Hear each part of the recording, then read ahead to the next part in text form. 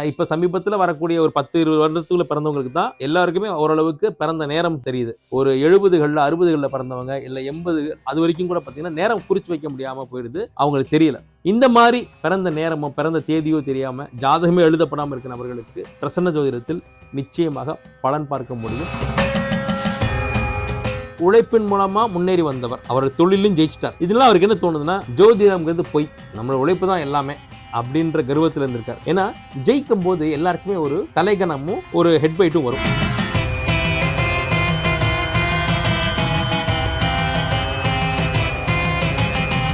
நம்மை பார்க்க வருபவர்கள் அவருடைய கர்மாவை கழிச்சு தான் வருவாங்க. இதான் உண்மை. அவருடைய கர்மா கழியும் போது இல்ல அவருடைய தலைகணம் கழியும் போது தான் தீர்வை நோக்கிய ஒரு பயணம் ஏற்படும். நம்ம கிட்ட வரும்போது தீர்வுகள் கிடைக்கும். அந்த தீர்வை அவங்க பின்பற்றி ஜெயிக்கணும்.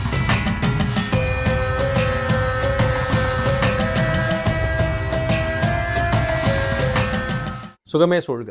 ஒரு ஜாதகருக்கு தான் பிறந்த நேரம் தெரியல, பிறந்த தேதி தெரியல, அதிகபட்சம் பிறந்த ஊர் தான் தெரியுது. ஏன்னா நான் இந்த ஊர்ல பிறந்தேன் அப்படிங்கிறது அநேகமா எல்லாருக்கும் தெரிஞ்சிடும். ஆனா இந்த பிறந்த தேதியும் பிறந்த நேரமும் தெரியவே தெரியாது. சிலருக்கு பிறந்த தேதி தெரியும், ஆனா பிறந்த நேரம் பலருக்கும் தெரியாது. இப்ப சமீபத்துல வரக்கூடிய ஒரு 10-20 வருடத்துக்குள்ள பிறந்தவங்களுக்கு தான் எல்லாருக்குமே ஓரளவுக்கு பிறந்த நேரம் தெரியுது.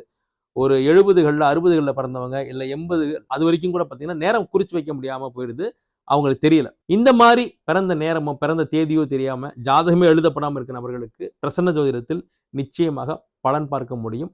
அதில் வரக்கூடிய தீர்வுகள், பரிகாரங்கள், வழிபாட்டு முறைகள் அவங்களுக்கு மிக துல்லியமான பலனை கொடுக்கும். அதை ஃபாலோ பண்ணி அவங்க ஜெயிக்க முடியும். அது மாதிரி எத்தனையோ கிளைண்ட்ஸுக்கு பிரசன்ன ஜோதிடத்தில் அவங்களுடைய டேட் ஆஃப் பர்த்தும் தெரியாம, டைம் ஆஃப் பர்த்தும் தெரியாம அவர்களுக்கு நிச்சயமாக நல்ல பலன் சொல்லி ஜெயிக்க வச்சிருக்கோம். எப்படி அதுக்கு பலன் எடுக்க முடியும் அப்படின்னா, ஒரு ஜாதகர் பிறந்த தேதி பிறந்த நேரம் தெரியாம நம்மை சந்திக்கக்கூடிய நேரம், அவரும் நாமளும் சந்திக்கணும் அப்படிங்கிறது முன்பே எழுதப்பட்ட விதி. இந்த நாள்ல இந்த தேதியில இத்தனை மணிக்கு இத்தனை மணி நேரம் இந்த நொடியில தான் நம்ம 2 பேரும் சந்திச்சுக்க முடியும் அப்படிங்கிறது முன்பே எழுதப்பட்ட, பிரபஞ்சத்தில் எழுதப்பட்ட ஒரு நியதி. அப்ப அவர் நம்மை சந்திக்கக்கூடிய அந்த க்ஷணம், அந்த நேரம், அதற்கு முன்னும் பின்னுமாக அவருடைய வாழ்க்கையை மொத்தமா நம்ம ஒரு சார்ட்டா அந்த நாளுடைய கோச்சாரத்துல கிரகங்கள் எங்க இருக்கோ அதப்படி நம்ம ஒரு கோச்சாரமா ஒரு சார்ட் போட்டு அதில் இருக்கக்கூடிய கிரகங்கள், அதில் இருக்க கிரகச்சரிக்கைகள், அதில் பார்வைகள், இதை வைத்து அவருக்கு ஆருடமாக பிரசன்னமாக நிச்சயமாக நல்ல பலன்களை எடுத்து கொடுத்து அவர் ஜெயிக்கிறதுக்கு என்னெல்லாம் செய்யணுமோ அந்த தீர்வுகள் அதிலிருந்து நம்ம சொல்லி அவரை ஜெயிக்க வைக்க முடியும். ஒரு பிரபலமான ஒரு தொழிலதிபர், அவருடைய தொழில் நல்லபடியாக போயிட்டு இருந்தது. அவருடைய துறையில நல்ல மோனோபோலின், இங்கிலீஷ்ல மோனோபோலின்னு சொல்லுவாங்க. அதாவது அந்த துறையில அவர் தான் ராஜா, அவர் வச்ச சட்டம். அந்த அளவுக்கு ஆளுமை மிகுந்த ஒரு தொழிலதிபரா அவருடைய தொழிலை இயங்கிட்டு இருக்கிறார். உழைப்பின் மூலமா முன்னேறி வந்தவர், அவருடைய தொழிலும் ஜெயிச்சிட்டார். இதெல்லாம் அவருக்கு என்ன தோணுதுன்னா, ஜோதிடம்ங்கிறது பொய், நம்மளோட உழைப்பு தான் எல்லாமே அப்படின்ற கர்வத்தில் இருந்திருக்காரு. ஏன்னா ஜெயிக்கும் போது எல்லாருக்குமே ஒரு தலைகணமும் ஒரு ஹெட்வைட்டும் வரும். நம்ம பண்றதெல்லாம் கரெக்டா இருக்கு, நம்ம தொட்டதெல்லாம் தொடங்குது, அப்ப நம்ம தான் நம்ம துறையில ஒரு சிம்ம சொப்பனமா இருக்கும் அப்படிங்கிறதுனால இந்த வெற்றி ஒரு போதையை கொடுக்கும். அப்ப என்ன சொல்லும், கடவுளே இல்லை, நான் தான் கடவுள்ன்ற மாதிரி உணர்வு வரும். அதுல கடவுளுக்கே அந்த நிலைமைன்னா அப்ப ஜோதிடத்தின் மீது அவருக்கு ரொம்ப ஒரு நகைப்பும் ஒரு எள்ளலும் ஒரு கேலிக்குரிய விஷயமாவும் தான் இருக்கும். அந்த மாதிரி போயிட்டு இருக்கும்போது காலம் மாறும், காட்சிகளும் மாறும்ன்ற மாதிரி சேஞ்ச் இஸ் த கான்ஸ்டன்ட், மாற்றமே மாறாத விஷயம். அப்ப அவருக்கு தொழில சுணக்கம் ஏற்படுது. அந்த மோனோபோலி, இங்க நான் மட்டும்தான், நான் வச்சதுதான் சட்டம் அப்படிங்கிற நிலை மாறி அவருக்கு ஒரு காம்படிட்டர் வராரு. அப்ப இவர்கிட்ட நெருக்கமா இருந்தவங்க எல்லாம் அவர் பக்கம் போறாங்க. அப்ப அந்த தொழில் சரியுது. அப்பத்தான் அடுத்து என்ன பண்றதுன்னு தெரியாம ஒரு பதட்டத்துல ஜாதகம் அப்படின்ற ஒரு அணுகலாம் அப்படின்னு தோணுது. அப்படி தோணும் போது அவருக்கு ஜாதகம் இல்லை, அவரோட பிறந்த தேதியும் தெரியாது, பிறந்த நேரமும் தெரியாது. அவருக்கு பிறந்த ஊர் மட்டும் தான் தெரியும். வேலூர் மாவட்டத்தை சேர்ந்த ஒரு மிகப்பெரிய தொழிலதிபர். பட் அவர் இயங்கி கொண்டிருக்கிற இடம் வேற ஒரு மாநிலம். அங்கிருந்து என்னை சந்திக்க வர்றார். வரும்போது ஒரு நல்ல விஷயம் என்னன்னா, அவருடைய தலைகணம் முழுவதுமாக இறங்கியிருந்தது. சார், இந்த உலகத்துல எல்லாமே நான் வச்சதுதான் சட்டம் அப்படின்ற ஒரு கர்வத்துல இருந்தேன். நமக்கு மேல கடவுள்னு ஒன்று இல்லை, நம்ம தான் கடவுள் அப்படிங்கிற அளவுக்கு நினைச்சிட்டேன். ஏன்னா நான் எதை தொட்டாலும் ஜெயிச்சேன். எவ்வளவு பணம் எதிர்பார்த்தோம்னா அதை விட பன்மடங்கு பணம் சம்பாதிச்சேன். எல்லாம் நல்லபடியா போயிட்டு இருந்துச்சு. நம்ம வாழ்க்கை இப்படிதான் இருக்க போகுது, நம்ம இப்படியே வாழ்ந்து இப்படியே நம்ம மறைவோம்னு நினைச்சிட்டு இருந்தேன். ஆனா என்னோட பீக்ல நான் கஷ்டப்படும் போது கூட இது மாதிரி இன்னொரு கஷ்டம் வந்திருந்தாலும் நம்மளே சமாளிச்சலான்ற ஒரு மமதை இருக்கும். ஆனா இப்ப நான் எல்லாமே சொபிஸ்டிகேட்டடா இருக்கேன், சந்தோஷமா இருக்கேன், எல்லாமே பெஸ்டா இருக்கு.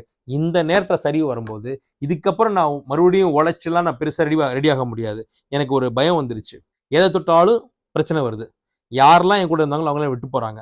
எதெல்லாம் சரின்னு நினைச்சு பண்ணணும் அதெல்லாம் இப்ப தப்பா இருக்கு. முன்னாடி சரின்னு இருந்து அது எனக்கு பணம் கொடுத்துச்சு, எனக்கு பொருள் கொடுத்துச்சு, எனக்கு பேர் கொடுத்துச்சு. அதே இதை இப்ப அப்ளை பண்ணும்போது அப்படியே ரிவர்சல் ஆகுது. ஏன் இதை பண்ணோம் அப்படின்னு என்னை சிந்திக்க வைக்கிறது. இந்த நேரத்துல கடவுள் நம்பிக்கையும் வருது, ஜோதிடத்தின் மீதும் ஜாதகத்தின் மீதும் நம்பிக்கை வருது. உங்களோட வீடியோஸ் பார்த்தேன். எனக்கு நீங்க சொல்ற விஷயங்கள் கொஞ்சம் கட்டமைப்புக்குள்ள வர்ற மாரி இருக்கு. என்னுடைய சிந்தனைக்கு சரியா இருக்கு. அதனால தான் உங்கள தேடி வந்தேன் அப்படின்னு வந்தாரு. அப்போ அவரு உட்காரும்போது மேஷ ஆருடம் போய்க்கிட்டு இருக்கு. சார் நீங்க நிச்சயமா மேஷ ராசியா தான் இருக்க முடியும். இல்ல மேஷ லக்னமா இருக்க முடியும் அப்படின்னு சொல்றேன். சார் எனக்கு டைமும் தெரியாது, டேட் ஆஃப் பர்த்தும் தெரியாது. நான் என்ன ராசி, என்ன நட்சத்திரம் எதுவுமே தெரியாது. நான் கோயிலுக்கே போக மாட்டேன் மோஸ்ட்லி.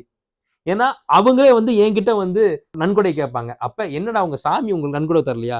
நான் தானே உங்களுக்கே நன்கொடை தர்றேன். அப்ப நான் தானே சாமி அப்படிலாம் கேட்டுருக்கேன். அப்படி ஒரு இடத்துல கேட்டு, உங்க நன்கொடை எனக்கு வேணாம் சார். என்னைக்கு நீங்க தான் சாமின்னு ஒரு கர்வம் வந்துச்சோ, உங்ககிட்ட இருந்து நன்கொடை வாங்குறது, எங்களுடைய கடவுளை நாங்களே கொச்சைப்படுத்துவது.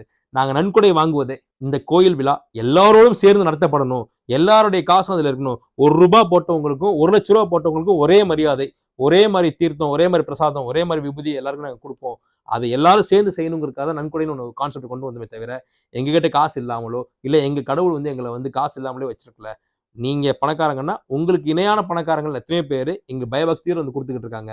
உங்க நன்கொடை வேணான்னு சொல்லிட்டு போனாங்க. அப்பதான் முதல் அடி விழுந்துச்சு. நம்ம லட்சக்கணக்குல குடுக்க தயாரா இருக்கோம். ஆனா அந்த பணம் வேணான்னு சொல்லிட்டு போறாங்கன்னா, அப்ப ஆன்மீகத்துல ஏதோ இருக்கு, பக்தியில ஏதோ இருக்கு, கடவுள்ட்ட ஏதோ இருக்குன்ற ஒரு சுருக்குன்னு இருந்துச்சு. என்னைக்குன்னா, உங்க கடவுளுக்கே நான் தான் காசு தர்றேன். உங்க கடவுள் உங்களுக்கு காசு தரலையா? நீங்க ஏன் என்ட்ட வந்து நன்கொடைக்கு நிக்கிறீங்கன்னு நான் கேட்ட நாள்ல இருந்து தான் எனக்கு பிரச்சனை வர ஆரம்பிச்சுச்சு சார். அப்பதான் கடவுள் மீது எனக்கு பயம் வந்துச்சு. இறைவன் நமக்கு மேல ஒருத்தன் இருக்கான்றது தோணுச்சு. அந்த மமதையான ஒரு கேள்விய வந்த குருக்கள்ட்ட நான் கேட்டு, அவர் வேணான்னு சொல்லி, நல்லா இருங்கன்னு சொல்லிட்டு போனாரு. ஆனா அவர் நல்லா இருங்கன்னு சொல்லிட்டு போனது என்ன செருப்பால அடிச்ச மாரி இருந்துச்சு. சுருக்குன்னு இருந்துச்சு. அவர் கத்திட்டு, திட்டிட்டு, நீ எல்லாம் ஒரு பெரிய பணக்காரனாடான்னு சொல்லிட்டு போயிருந்தா கூட மனசு ஆறியிருக்கும். பரவால்ல சார். உங்க நன்கொடை எத்தனை கோடியா இருந்தாலும் எனக்கு வேண்டாம். கடவுள் எங்கள நல்லா தான் வச்சிருக்காரு. இது எல்லாரும் சேர்ந்து நடத்தணுன்றதுக்காக நன்கொடைன்ற ஒரு கான்செப்ட் கொண்டு வந்தோம். நீங்க தர்ற காசுல தான் நாங்க வந்து இந்த விழாவ எடுத்து நடத்தணுன்றது இல்லன்னு சொல்லிட்டு சிரிச்சுட்டு, நல்லா இருங்க சாமின்னு சொல்லிட்டு போனதுல இருந்தே நான் நல்லா இல்ல சார். அப்படின்னு அவர் சொன்னதுக்கு அப்புறம் தான் எனக்கு பயம் வந்துச்சு. அதுக்கேத்த மாரி எனக்கு சரிவுகள் வரத் தொடங்கியது. இப்ப நான் கடவுளை நம்புகிறேன். கோயிலுக்கு போறேன். ஆனா எந்த கோயிலுக்கு போறது, எந்த சாமிய கும்பிடுறது எதுவும் தெரியல. அப்பதான் நீங்க உங்க ஜாதகத்துல இருக்கும். அந்த கடவுள தான் நீங்க கும்பிடணும் அப்படிங்கிற மாரி சொன்னீங்க.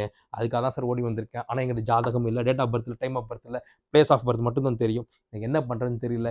இப்ப இங்க வந்தா மேஷ ராசியோ, மேஷ லக்னமாவோ இருப்பீங்கன்னு சொல்றீங்க. எனக்கு அதெல்லாம் என்னன்னே தெரியல சார்ன்னு சொன்னார். அப்ப ஒரு விஷயம்.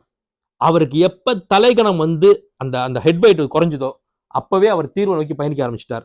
நம்மை பார்க்க வருபவர்கள் அவருடைய கர்மாவை கழிச்சுட்டு தான் வருவாங்க. இதான் உண்மை. அவருடைய கர்மா கழியும் போது, இல்ல அவருடைய தலைகணம் கழியும் போது தான் தீர்வை நோக்கிய ஒரு பயணம் ஏற்படும்.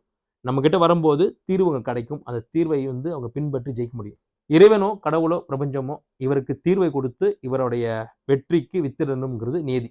அவர் என்னை சந்திக்க வந்த நேரம், அந்த நேரத்துக்கான ஆருடம், பிரசன்னம், அந்த கோச்சார கிரகங்கள் எங்கெங்க இருக்கு அப்படிங்கிறத நம்ம வந்து ஒரு சார்ட் மாரி போட்டு, அதிலிருந்து அவருக்கு தீர்வுகள் எடுத்து கொடுத்து, அவருக்கு விளக்கும் போது, அவர் லைஃப்ல இப்ப என்னெல்லாம் போயிட்டு இருக்குன்றத ஒன் பை ஒன்னா சொல்ல சொல்ல சொல்ல சொல்ல சொல்ல அவ்வளோ பெரிய மனிதர், அவ்வளோ பெரிய பணக்காரர், அவ்வளோ பெரிய கோடீஸ்வரர். எல்லாரும் அவருக்கு வந்து பாஸ், தலைவர் அப்படிங்கிற அந்த மரியாதை கொடுத்து, வணக்கம் சொல்லி, குட் மார்னிங் சொல்லி, அவர அப்படியே புகழின் உச்சியில வச்சிருக்கும்போது, முதல் முறையாக மனம் உடைந்து, எல்லா கர்வங்களும் இழந்து, கண் கலங்குறார்.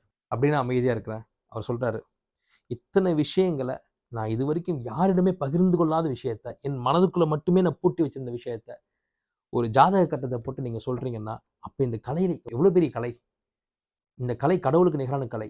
இந்தந்த கோயில்கள் என் வீட்டு பக்கத்துல இருக்கு.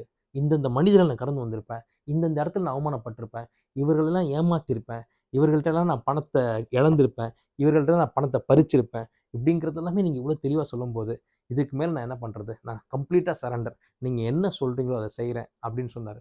அது போக அவருக்கு அந்த டயத்துல ராகு திசை ஆரம்பிச்சிருந்தது. ராகு போல் கொடுப்பார் இல்லை, ராகு போல் கெடுப்பார் இல்லை.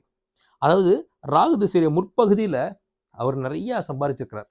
அப்போ ஒரு மமதை வருது. அப்ப ராகு திசை பிற்பகுதி என்ன பண்ணுது? அவர இந்த வாழ்க்கையின் அத்தனை கோர தாண்டவத்தையும் காட்டுது. ஸோ ராகு திசை இருக்கும்போது எல்லாருக்குமே தெரியும். ஒரு பேசிக் அஸ்ட்ராலஜி தெரிஞ்ச எல்லாருக்குமே ராகு திசையும், கேது திசையும் ஞானத்தை கொடுத்துரும். அவர்களுக்கு எது எல்லாத்தையுமே வந்து வாழ்க்கையின் தத்துவங்கள, வாழ்க்கையின் அர்த்தங்கள, மனிதர்களின் கோர முகத்த, உண்மை முகத்த அவங்களுக்கு வெளிச்சம் போட்டு காட்டுறதே இந்த ராகு திசையும், கேது திசையும் தான். அப்ப அது சார்ந்த சில தீர்வுகளும், அது சார்ந்த வழிபாட்டு முறைகளும், அவர் வாழ்க்கையில கடைபிடிக்க வேண்டிய முக்கியமான விஷயங்கள், தவிர்க்க வேண்டிய முக்கியமான விஷயங்கள், அவர் இதயத்தில் சுமந்து வழிபட வேண்டிய முக்கியமான தெய்வம், அவருக்கு கூப்பிட்ட குரலுக்கு ஓடி வந்து உதவக்கூடிய தெய்வம், அதை ஒன்று எடுத்து கொடுத்து, இந்த கோயிலுக்கு, இந்த ஸ்தலத்துக்கு இந்த தெய்வத்தை கடைபிடிச்சுக்கங்கன்னு சொல்லி அவர் வழி அனுப்பி வச்சேன். அதன் பிறகு கர்வத்தை தொலைத்து, அவர் கடவுளை வழிபட்டு, அவருடைய ஜாதகத்துக்கு ஏற்ப நான் சொன்னக்கூடிய அந்த வழிபாட்டு முறைகளை கடைபிடிச்சு பரிகாரங்களை செஞ்சு மிக பெரிய வெற்றி அடைஞ்சார். இன்றைய தேதியில கர்வமும் இல்லாம தலைகனமும் இல்லாம ஆனா ரொம்ப நிதானமா தன் தொழில்ல ரொம்ப சிறப்பான இடத்துல இருக்காரு. சக காம்படிட்டர்ஸை போட்டியாளர்களா நினைக்காம சக பயணிகளா வந்து அவர்களுக்கு மதிப்பு தெரிவித்து அவரு மக்களுக்கு சேவையாற்றக்கூடிய நல்ல பொருட்களை மட்டுமே அவர்களுக்கு தரக்கூடிய ஒரு நல்ல பிசினஸ் மேனா ஜெயிச்சுக்கிட்டு இருக்காரு. ஆக உங்களுக்கு பிறந்த தேதி, பிறந்த கிழமை, பிறந்த நேரம், பிறந்த இடம் தெரியலினாலும் நிச்சயமாக உங்களுக்கு பிரசன்ன ஜோதிடத்தில் உங்கள் ஜாதகத்தை மிக துல்லியமாக கணித்து உங்கள் வாழ்வில் ஜெயிப்பதற்கான அத்தனை வழிமுறைகளையும் எடுத்து சொல்ல முடியும். அதை நீங்க பின்பற்றி நிச்சயமா ஜெயிக்க முடியும். சுகமே சொல்க.